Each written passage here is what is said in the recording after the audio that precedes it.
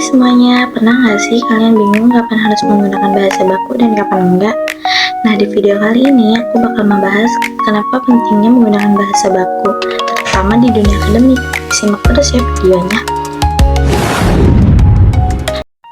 Menurut Kamus Besar Bahasa Indonesia KBBI, bahasa baku adalah bahasa yang digunakan sesuai dengan kaidah atau aturan yang berlaku. Kaidah yang dimaksud mencakup tata bahasa, ejaan, kosakata, dan pelafalan yang telah ditetapkan secara resmi oleh lembaga bahasa, yaitu Badan Pengembangan dan Pembinaan Bahasa, Kementerian Pendidikan, Kebudayaan, Riset, dan Teknologi. Dengan kata lain, bahasa baku merupakan bentuk bahasa Indonesia yang telah distandarisasi sehingga dapat digunakan secara resmi, seragam, dan dipahami oleh semua penutur bahasa Indonesia. Bahasa ini tidak dipengaruhi oleh bahasa daerah, bahasa asing, maupun bahasa gaul yang sering muncul dalam komunikasi sehari-hari.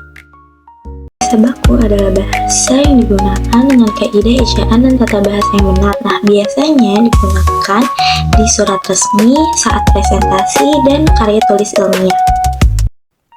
Berikut adalah contoh penggunaan bahasa baku dalam surat resmi dan karya tulis ilmiah. Bahasa baku memiliki fungsi yang sangat penting dalam kehidupan masyarakat Indonesia.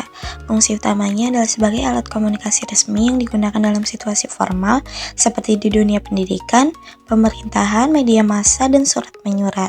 Dengan menggunakan bahasa baku, pesan yang disampaikan menjadi lebih jelas, sopan, dan mudah dipahami. Selain itu, bahasa baku juga berfungsi sebagai alat pemersatu bangsa karena dapat digunakan oleh seluruh masyarakat Indonesia tanpa terpengaruh oleh perbedaan daerah atau dialek. Penggunaan bahasa baku mencerminkan tingkat kecerdasan, kesopanan, dan wibawa seseorang, terutama dalam konteks akademik dan profesional. Bahasa baku juga menjadi pedoman dalam penulisan karya ilmiah dan dokumen resmi agar tetap sesuai dengan kaidah bahasa yang benar. Secara keseluruhan, fungsi bahasa baku adalah menjaga keteraturan, keseragaman, dan keharmonisan dalam berkomunikasi, sekaligus memperkuat identitas serta persatuan bangsa Indonesia. Nah, ciri utama bahasa baku yaitu mudah dikenali, ejaannya sesuai PUBI, struktur kalimatnya lengkap, tidak menggunakan bahasa gaul, dan pilihan katanya yang tepat.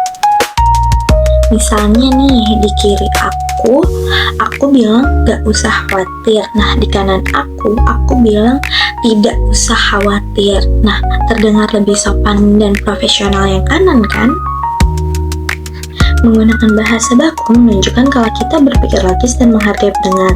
Nah, dalam dunia akademik, hal ini mencerminkan kecerdasan dan keprofesionalan kita. Jadi, mulai sekarang yuk biasakan menggunakan bahasa baku maupun dari tulisan dan presentasi. Karena dari cara kita berbahasa, orang dapat melihat kita secara kecerdasan dan keprofesionalan kita.